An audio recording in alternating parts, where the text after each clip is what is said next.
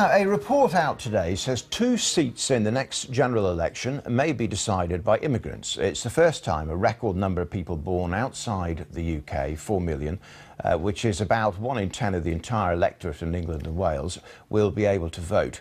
Well, with us now is Ruth Grove-White, who's Policy Director from the Migrants Rights Network. Just tell us more about this, what has been found. Well, this report is the first attempt to put a number on the people who are foreign-born UK residents who will have the right to vote in the May 2015 general election. So we've seen quite a lot of research in the past on the black and ethnic minority vote, but this is the first attempt to look at foreign-born voters in May 2015, where they're living, where they're likely to be voting, and what their preferences could be in May.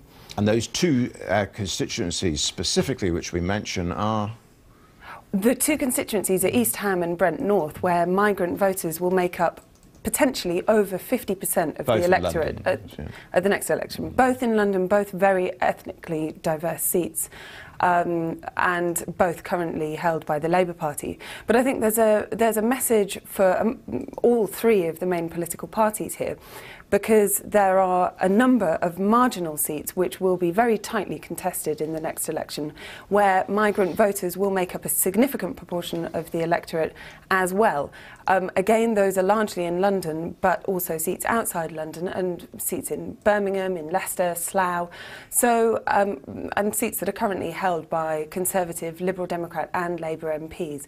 So really all the parties need to be looking at this latest data which analyses, you know, an existing part of their electorate and consider what the implications are for them. Well, what do you think the implications are? I mean, presumably some of the issues will differ. I mean, there is one other question, is that by saying foreign-born, of course, I mean, that is a whole array of different people and backgrounds, presumably bringing different desires and issues to an election, to a voting pattern. Absolutely, and the report's very clear that this is unlikely to form a block vote, if you like. This is unlikely to form as a group of people with a very distinct, unified voice.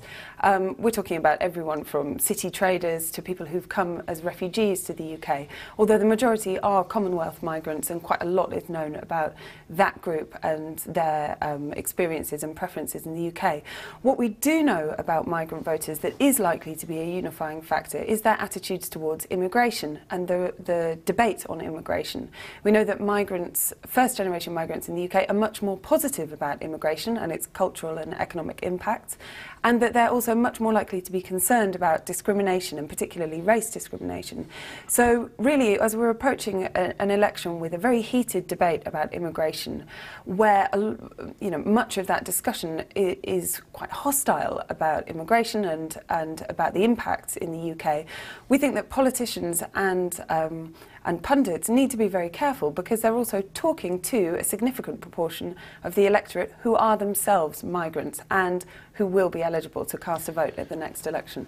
And what sense do you get of the understanding politicians do have of the makeup of the electorate? I mean, it is much more sophisticated than it used to be, largely borrowing techniques from the Americans, of course. Quite. I mean, this group hasn't been identified before. We haven't really had the opportunity to identify all those foreign-born eligible to vote at the next election, and to look in more detail at where they are. So I think, you know, there really is a lot for politicians to consider here, and the implications into the future are quite considerable. What we do know is if you alienate migrant voters now by talking tough on immigration and sending a hostile message to them, you risk alienating them for generations to come. And we've seen that in the past with ethnic minority voters here who settled 50 or so years ago. The same thing could be playing out into the future. So really there's a lot to consider. Okay, Ruth Grove-White, thank you very much. Thank you.